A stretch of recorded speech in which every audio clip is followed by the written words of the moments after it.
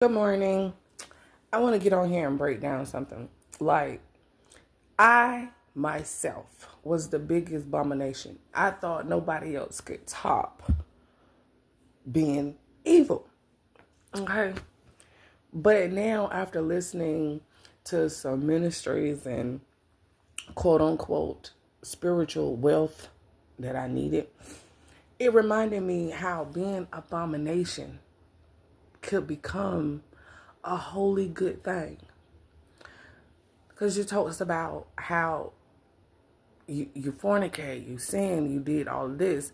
But then when you flip it over to remind yourself of how God wanted his children to be loving, kind, caring. Man,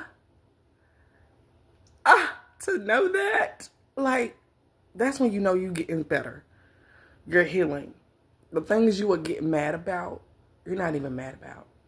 The things you would want to argue about, go toe to toe about, like my kids, I had to sit there and tell them, they ain't got a pot to throw you in out of. Why are you worried about what they got to say about you? Let me encourage you. Ain't nobody got a heaven and hell to put you in. Get the word of God in your whole life, in your mind. Focus in on God. In your heart, focus in on God. When he become the center, when he become the ground hold of what you need in life, you really can be there for somebody. How could I let somebody get the keys to my car and don't know them? Trust. God, they needed something to get done.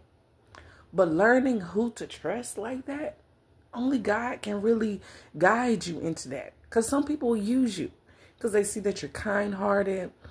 And I was like, I used to be the selfish person in the world.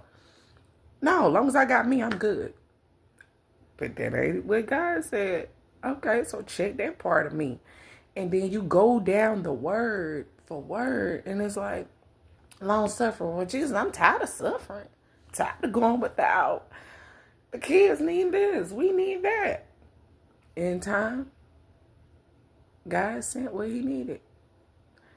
And then go and talk to the right person who's already walking out a life of Christ. They'll sit there and tell you, sometimes it's just time for you to go without. Maybe you don't need that. And then you say, and start praising the Lord for the things you go without. And be amazed at how good it turns out to be.